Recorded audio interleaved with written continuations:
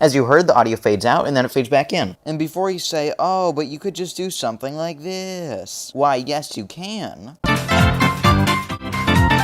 But doing this, you can't keep the audio low for a long period of time. You can only keep it low for like a millisecond. Okay, the first step. Now, if you're doing this in Filmora, you don't have to do this first step. You can just take your audio and drag it in the timeline and you're good. But I like iMovie because it's simple, so we're using that. So if you're using iMovie, you have to make sure your audio is on a background or on any clip. It can't just be floating around the timeline because it won't let you do that.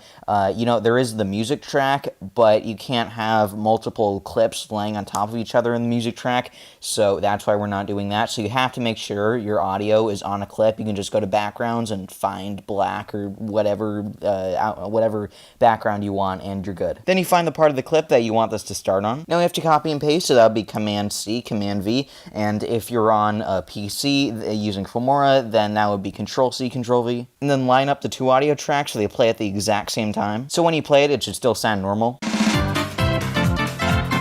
Then we go to the top track, find the part you want to fade out, so we got to trim it, Command-B. Use this little circle, or on Filmora it would be an arrow, and drag that so it looks something like this. Drag the track right next to it to wherever you want the audio to fade back in, and do the same thing, make it fade back in. Then take the bottom clip, you can cut it where it fades if you want. You don't have to, but I like to do that just because, I don't know, there's less stuff on the timeline then. But if you do choose to do that, you got to make sure the bottom clip lines up to where you start the fade, then drag the audio to wherever you want, and play it back.